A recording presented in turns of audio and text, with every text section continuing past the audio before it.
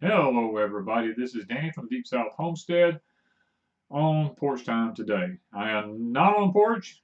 I'm actually in my studio room right now, looking out the backyard at the greenhouse and the cabin. It's kind of late in the afternoon. I didn't get a chance to shoot Porch Time the way I wanted to be able to shoot it, so I'm having to come in the studio and do it. There's lots of noise in the neighborhood. There's lots of things just going on. Can't control what's going on around us. Uh, But the weather's beautiful. We've had a very nice last few days. Temperatures in the 40s in the morning, get up in the 70s. Today was in the 80s, even though we had a right at a 50-degree morning. Just beautiful. Slight breeze blowing. And I know a lot of you guys have not been as fortunate as we have down south. That's why we put the video up the other day talking about sure am glad I'm living in the South, because hey, lots of people lost a lot of their stuff they had planted. People were having to scramble to get stuff covered up because guys, look, it's just the first phases of the grand solar minimum. Started in 2019, cycle 25 on the sun. These things have began to happen, and they're saying, I'm not a scientist, I'm just going off of what I read and what I find out based on historical studies, not what's going on now, but based on historical studies from things that they found out from like 400 years ago, because this is a 400-year cycle.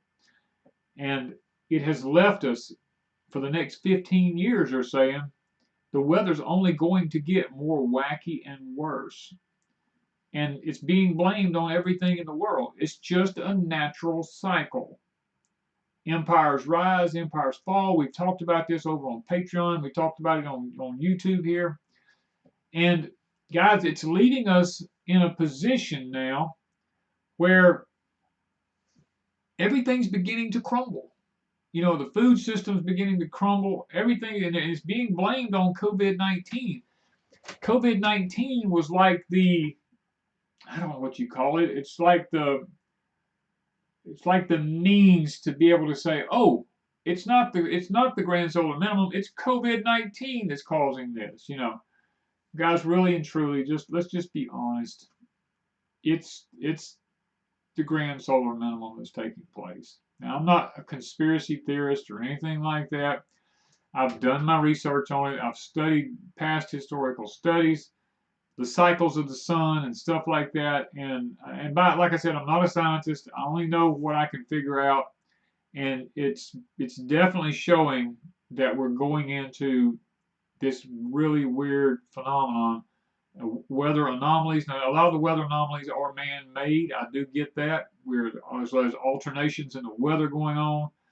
I understand that, but there's reasons behind all this, I believe. Guys, I was telling Wanda today,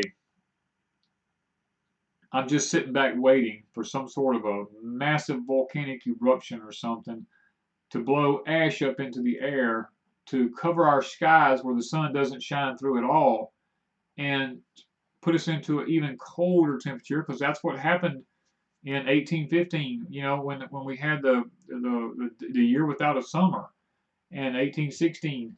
And so it's possible. It can happen. The man didn't make that happen back then. Weather made that happen back then. The sun, the solar minimum, all this stuff happened back then. It can happen again. And if that happens, Wanda and I was talking about, hey, if ash gets in the atmosphere, solar panels aren't going to work. Photosynthesis is not going to work on plants. It's going to be too cool for anything to grow. Now, there will be regions based on jet streams where the ash won't be as bad, and some people will be able to grow some food, just like there was in 1815. There was places down south here that had food. Places up north had no food. There was starvation. All these kind of things took place. And guys, where I'm leading up to is this. It leaves us picking up the pieces. Now, our country right now is in dire straits. Because of COVID-19, we shut the nation down as much as we could. Some things you're just It's just, you're just not going to shut down, okay? It's impossible. Some people are just going to do what they're going to do regardless. They're going to say, well, I don't believe this. And, you know, even though people's dying, people's getting it. I have family members who's got it. We know people who's passed away because of it and stuff. And it is real. I'm not denying the fact that it's real. I do believe it's a man-made virus. But that's beside the point. There's no need discussing what it is. The fact of the matter is, it is. Now we're sitting here, we're picking up the pieces. What is life going to be like now? You know, go back and look, what was life like before 9/11? Me and my neighbor were talking about this today. We were sitting back saying, you know, we remember in the 80s and the 90s, you could jump on an airplane, you know, you could travel. I mean, the airplane was like half full of people. You know, you take a good flight, it was nice, you go somewhere, you know, you come back, you wasn't worried about a hijacker, you wasn't worried about any kind of problems. People were nice or courteous. You went to the airport, you just went through the airport, everything worked out good. You know, even the year 2000, when I was up in Hartford, up in Connecticut, I was picking my kids up at Hartford International. They flew up there to be with me for a while, and my wife at the time. It wasn't that bad. I mean, I couldn't. They wanted to take my knife when I went into the airport. And I wouldn't let them. You know, I told them, I said, no, I snatched it back out of her hand. I said, no, you're not. And I took it back out and put it in my truck and came back in. But, you know, I mean, there was some limitations at that time. And it wasn't that it was a knife, it's that the blade was too long on it. So, but after 9/11, nothing was ever the same again. And it has progressively gotten worse. About flying. I mean, and now since COVID-19, it's even going to be 10 times worse than what it was. There's even people are sending me messages now saying that in the state that they live in, that they're actually going door to door in that state now. The governor has ordered an issue giving them the right to go from door to door checking for COVID-19 in the families. And if you have it, well, they can take you away, I guess. I mean, I don't know. I haven't done a lot of research in it, but guys, we're trying to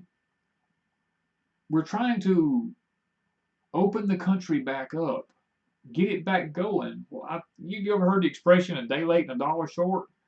I think that's where we're at. I think we're a day late and a dollar short.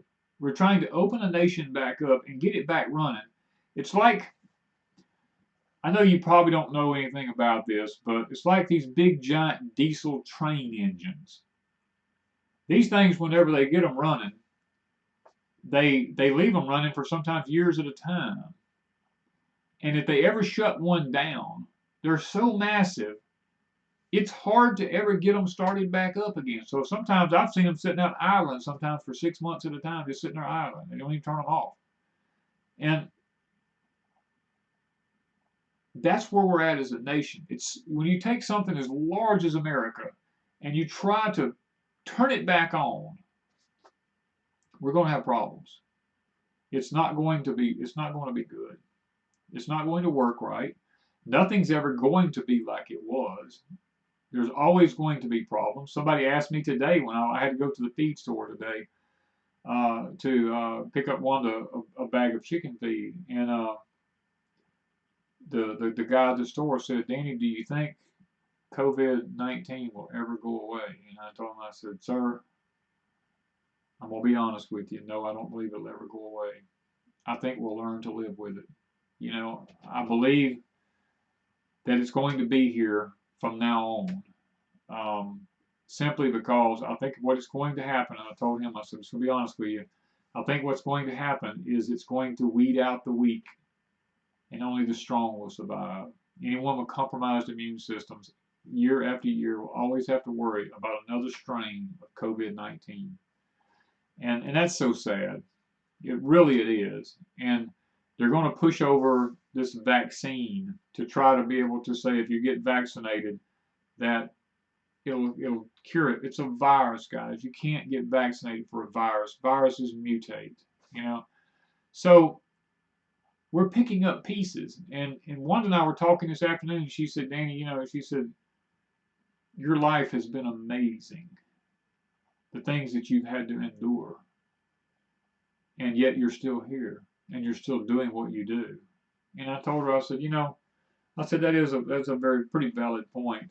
I said, I've had to learn how to walk twice in my life because of accidents. I remember one time I crawled around on my hands and knees for weeks on end. They told me I wouldn't walk, and I kept pushing. I said, I'm going to walk, and I did.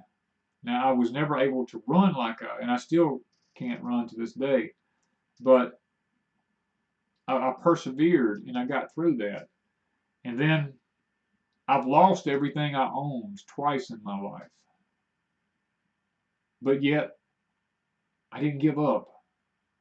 I always believed that I could climb back, and I climbed back with the help of my Father. You know, the good Lord above. He helped me, and I've been through a divorce. I've lost a spouse to death.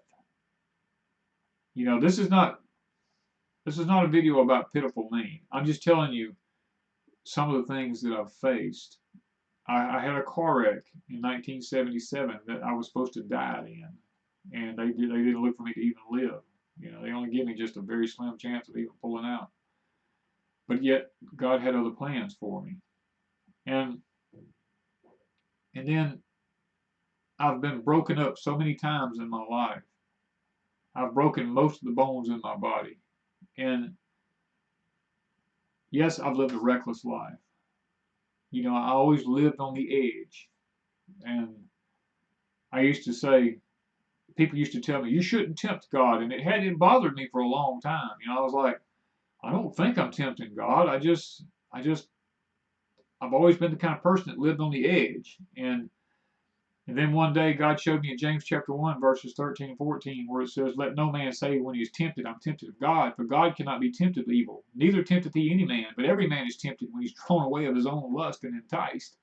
And once I found that in Scripture, I was like, wow, I'm not tempting God.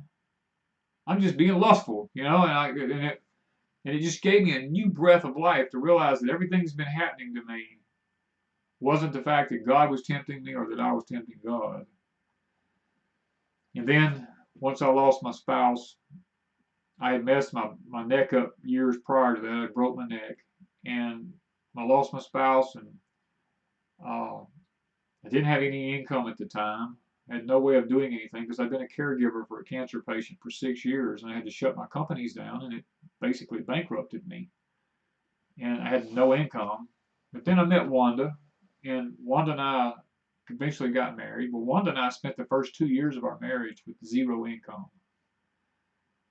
We had no jobs. Wanda was in school, and I was piddling. I was trying to I'd take up little odd jobs here and there. I'd do some mowing, help my brother out. I trimmed some trees for people. I done some tile work, a little electrical wiring because construction was my background. But yet I had retired because of health issues, but I had no income. And we'd pick up just enough money to be able to pay the power bill.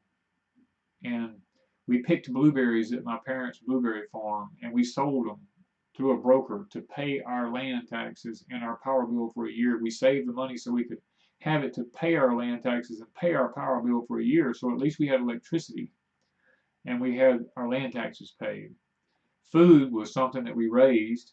We didn't have any gas to go anywhere, so we didn't worry about it. We sold Wanda's vehicle, kept mine that was paid for. And guys, Wanda dropped out of school because I messed around and injured my neck mowing a yard. Went over a root in a yard with a lawnmower, and a tree limb hit me on top of my head and stove my neck up. Well, I had to go back in to have different x-rays done and stuff, and I messed my neck up again. So that shut me out of doing any work, and I couldn't really help do anything. And Wanda had to quit school to stay home and take care of me. But yet I kept pushing. I said, you know what? I can pick up the pieces. I can go. I can do this. And I finally got the pieces picked back up. Well, then I had went on a diet years before then and went from 230 pounds down to 195. And at 195, I was probably about 185 when Wanda met me. And not long after Wanda and I got married, and I had this problem with my neck and stuff, the first 2 years, then I started getting sick. And I started losing weight bad. I got down to 155. And eventually, they agreed to put me in surgery and take my gallbladder out. They just kept putting it off and putting it off and putting it off. And I almost died. I got down to where it took Wanda and me both to pick a 50-pound bag of feed up to put in for the animals. And I was so weak, I couldn't do anything. But yet I would not give up. I kept pushing and I kept pushing to pick up the pieces. And we have a cabin now that I've built. The cabin has been my saving grace. I'm to a point now where uh, I'm able to do more than I've been able to do in many, many years. I've kept pushing until I've built myself back up some. I have a heart condition that my heart just stops beating occasionally and I black out and it starts back up. They tell me, that I possibly need a pacemaker put in and stuff. And I don't want to do that because my mom and dad both had pacemakers. I don't want to do it. I just want to live my life. And building this cabin has been just that for me. It's been my ability to get back and to be able to get out and to work. And I can now pick up a 50-pound bag of feed and move it around. My neck is healed what it would heal. I didn't allow them to do surgery on me. My heart condition does slow me down a lot. I'm not able to do what I normally would be able to do. But I am able to go over and work on the cabin for a few hours a day. And it gives me peace of mind. I do YouTube videos, not because we're trying to make a lot of money. People think we make a ton of money. We don't. YouTube doesn't pay us anything. We get paid from the ads that run. People don't pay us. We don't get paid to do reviews on products. A lot of people think we get paid to do a review on a product. No, we don't. They always ask us how much we charge. We always say nothing. We tell them we're the ones who contacts the companies about the reviews because we see a product and we go, wow, I wonder if our subscribers might like that. And we'll contact the company and say, look, we would like to try one of your products if you're interested in us doing it. Now, we're not going to pay for it, but you don't have to pay us. We'll just do it for free and we'll keep the product once we're through with it. And if we like it, we'll keep it. But we've given away so many of the things that we've reviewed to people who we see in need who could actually use it that's what we've done a lot to help people. This is how we are picking up the pieces of our life and getting back going again. People go, well, I'll look on Social Blade and you make this. Well, I wish I did make what Social Blade says, but it's not true. That's so far off. That ain't even. We make our money other ways by doing things. I mean, we have Etsy store. We make a little bit there, and I do a little odd and end things here and there for people. I mainly barter. I hardly ever let money change hands. I mostly just barter. My knowledge and my ability to do a few things electrically and stuff for people, I go in and do that in return for something that they have. Guys, this is how we pick up the pieces in our life. Now, I don't need somebody sitting here today preaching to me and telling me, oh, you do this, you do that, because I can tell you I don't need your advice about what I should have done because I've already lived my life and I've already figured out how to do it. I'm simply relating to you how we have picked up the pieces here in our lives at Deep South Homestead. And now that COVID-19 has happened, oh, guys, we've got to learn to pick up the pieces all over again. I mean, the food system. Wanda and I are sitting here going, wow, the meat system looks like it's going down. And let me say this. There's not a shortage of food right now. There's plenty of food. The supply chain to get the food from point A to point B is broken. And that's the whole point. It's not that the food is not there because you see these farmers has got tons of vegetables piled up that they're just got to just destroy. You see tons of chickens being destroyed, tons of hogs being destroyed, cows being destroyed. We're pouring milk on the ground. I mean, the food is there. The supply chain is what's broken. And is it on purpose? That's debatable. I think there's parts of it that is. I think there's parts of it that is not. Um, I believe that nothing will ever be the same again. And Wanda and I were talking about today about what are we going to do about picking up the pieces now? Well, we've put certain plans into action. We've got a greenhouse. You know, we've built it. It's very nice. It's very productive. I'm really shocked. This part of the year, I would think that already it would be so hot we couldn't do anything in it, but it's very productive, and it's not even getting that hot in it yet. So Wanda and I mean, I'm not going. I'll give you a spoiler. We've already ordered a second one. I don't know when I'll put it up. Maybe this fall. I don't know, but we're going to go ahead and get it because we see the potential now. The plants inside that greenhouse are like 10 times better than anything we have in a field out here. Now, I don't know if it's chemtrails. I don't know if it's stuff they're spraying and getting on our plants. I don't know. I just know that what's in that greenhouse is 10 times better than anything outside that greenhouse. Yeah, or high tunnel, whatever you want to call it. So we see that in order for us to pick up the pieces, our health is not as good as it used to be. We can't go out and stay in the fields with plows and hoes and stuff like that in the heat anymore. And it's just too much walking.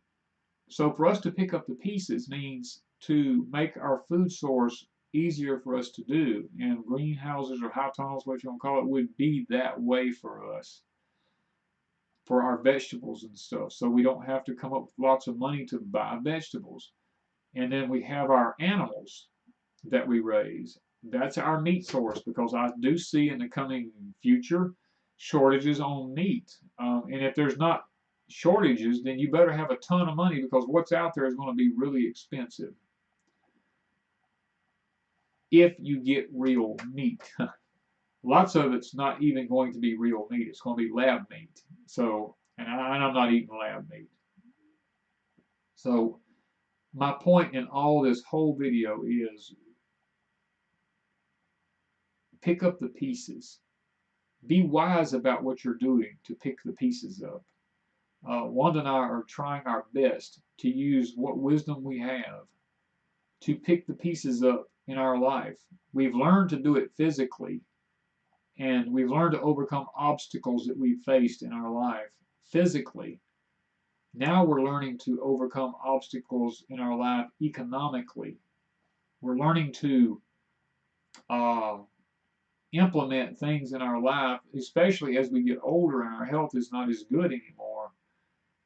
We still have to eat, and rather than eat the cardboard and the trash, the fake stuff that they're and the chemicals that they're putting in the grocery stores, we still want good food. So if we can make it happen in a greenhouse where we're very limited in a space in there, and we're intense growing, there's no weeding to be done hardly. Watering can be done with timers and stuff like that, as long as we have electricity. And if we don't have electricity, our well is like 10 feet from the greenhouse. So we can, if we have to hand pump the water right there, we can do it. It's not a big deal. We're hoping to get some solar stuff set up for that. But the bottom line is, our nation is broke right now. Not only broke financially, it's broke. The system is broke. And they're trying to figure out how to make it not broke. And in doing so, they're implementing gradually more government, more government, more government, which is not the answer. The answer is turn the people loose and let them be Americans. Because we are very good at being entrepreneurs in America. But guys, I'm not discouraged. Let me say that. A lot of y'all seem, a couple of my last videos, people said, you seem so discouraged. No, I'm not discouraged. I'm in a mode right now of survival. And I'm trying to portray and to maybe encourage as many people as I can to not sit on your derriere during all of this and say, oh, well, the government's going to take care of me. You know, the government will take care of you all right. You may not like the end results, but the government will take care of you. Ask the people who served under Stalin or Leningrad or Hitler or any of these other people that was, you know, tyrants, and see how they liked it when the government took care of them. If that's what you want, then maybe you should go to another country where that's already happening at. But if you want to be truly successful and enjoy the life that God intended for us to have here on this earth, then we've got to get back to growing our own food. We've got to get back to not sitting in front of a television every afternoon we come home, not getting, even here on YouTube, not getting caught up with sitting watching 5 hours of YouTube videos. You know, I mean, learn to use your time wisely. I mean, time is the one thing you cannot get back. Once it's been used, it's gone forever. And if you waste it, you've wasted your life. That's why I'm saying pick up the pieces. Maybe you've been through a divorce. I've been through a divorce. I lost everything I had in a divorce. I had to start from scratch. It can be done. It took me 7 years to pay for my land, to pay cash for my house, to pay cash for my vehicles. I've done it. But it took 7 years of busting my tail to make it happen. It can be done. Pick up the pieces. I lost a spouse. I was 50 years old. Lots of health problems. I thought to myself, who would ever marry a man who had the physical issues I had? I didn't know how to date. I hadn't dated since I was a teenager. I didn't know nothing about that. I've been married my whole life. And I was sitting there going, what do I do? I got on my knees and I talked to my Heavenly Father. And my Heavenly Father brought a lady into my life. I didn't go looking for her. I told her, I told the Father at the time, I said, I am not going and hunting a wife. Because every time I seem to look for a female, I either pick the wrong one or I'm attracted to the wrong one. So you're going to have to bring her to me. And that's exactly what he did. Wanda actually drove up to my door. I did not go to her house first. She came to me. And when that happened, I knew it was God. And God proved to me that even though I was broken, He could mend me. He could help me pick up the pieces and put my life back together again. And Wanda and I didn't have a good start to, financially. But we both had been through enough in our lives that we came together. We agreed to disagree on things. We agreed not to argue. We agreed that we would both make a decision. I would have the ultimate say, but that I would always take into consideration her opinions and what she felt, and not just walk over her. And we've done that, and guys, we get along beautifully. We have a great relationship. God was good. He picked the pieces up for us and put both our lives. She came out of a bad situation. I came out of a bad situation. We both come together. It has been beautiful. We work together beautifully. And at 50-something years old, God showed me that even a 50-something-year-old person who is broken, been through a divorce, been through the loss of a spouse, been through massive health issues and all this stuff, God can still pick the pieces up and put them back together again.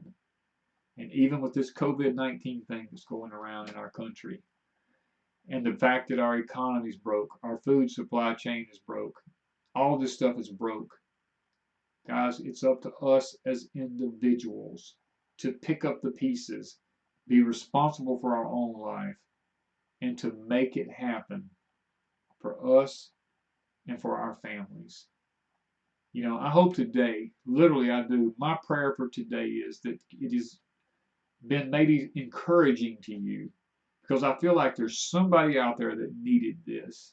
It's very difficult, and you probably tell a difference in my voice on this video. It's very difficult for me to sit here and be this transparent about my life. But yet, when my Heavenly Father tells me that that's what He wants me to do, I know in my mind, in my heart, in my spirit, that there's somebody out there that's struggling right now. They're having a hard time. They've either lost a spouse, they've lost their jobs, they've lost, they're divorced, they've lost income, they've lost something. Uh, they're sick, they have cancer, they have this, they have that going on in their life, and they're struggling, and they're saying, I don't know what to do. Hang in there. Pick up the pieces. Be patient, but be vigilant. Don't get discouraged. Be of good cheer, and you will come out on the other side. I read a book one time called The Dream Giver by Bruce Wilkinson, and I believe that was the author. Changed my life forever. It opened my eyes to so many things. And I encourage you, it's a good book. You should get it and read it. It's called The Dream Giver. And it made a massive impact on my life. And I'm better because of it.